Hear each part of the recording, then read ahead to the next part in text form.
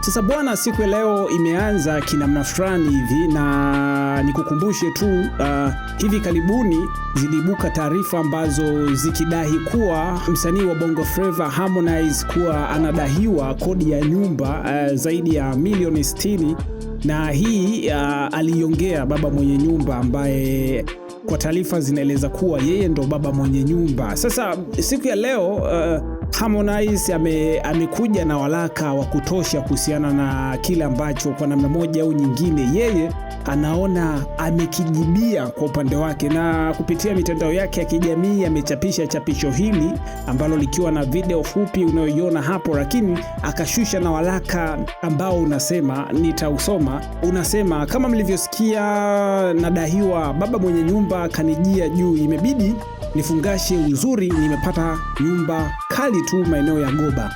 Binafsi sijawahi kuwa muoga wa madeni wala maisha. Kama kuna mtu anadai au hata mtandao wa simu unadai na unasoma hii posti, usirudi nyuma, usijali kuna mtu anadaiwa, na nikukumbushe baadhi ya madeni niliyopata kuyalipa kipindi hiki na pambana, imani mlionipa kwenye muziki isipotee. Akaanza kuorodhesha madeni. La kwanza ni lebo milioni 600, ya pili CRDB Bank milioni 200, ya tatu Dr. Jembe milioni 100, ya 4 Sala Mzungu milioni 180, ya tano ni Investor Over ni zaidi ya bilioni 1 ambayo ilikuwa ni on the label. Lakini akaendelea kukusema, in 3 years I've got nothing, yani zero, hata machache kwa kuyatazama, lakini mazito sana kuyatekeleza. Sina jasho la mtu, na hii imenifunza hakuna kitu cha bure, kutofautisha kati ya makubaliano na maliziano. Sijawahi kuleta janja wala kutafuta kisingizio cha kudhulumu haki ya mtu. Hakuna laana inayonipata. Upendo na huruma yenu imeniwezesha. Please keep going. Sio vizuri sana kujisifu mafanikio machoni pa watu, ndio maana huwa na nyamaza hata lisemwe nini, ila wewe jua kwamba nimefanikiwa kimaisha mapema mno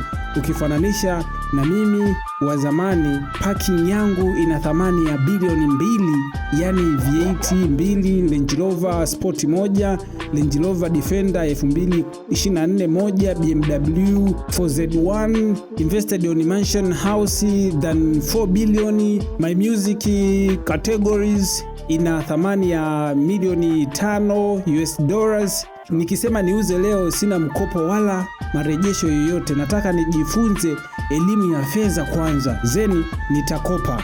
Anyways, jana mvua ilichapa sana kipande cha Goba, nikakutana na Kusaa. Mazungumzo yetu yalijikita zaidi katika kutambua mchongo, thamani ya watu tulionao wanaojitoa usiku na mchana kwa ajili yetu. Nyakati hizi mambo ni mengi sana, hata ufanye nini unahitaji mtu sahihi. Pia ni rahisi sana hasa kwa sisi vijana kujisahau na kumchukulia poa uliye naye for some time. Imagine mama mtu kakubali tuhamie zetu Goba, hana noma. Share this to someone unayemwamini kwamba anaweza simama na wewe katika nyakati zote. Mwambie kama sio wewe usingekuwa hapo. Akawatagi Kajala, lakini pia na Auntie Ezekiel.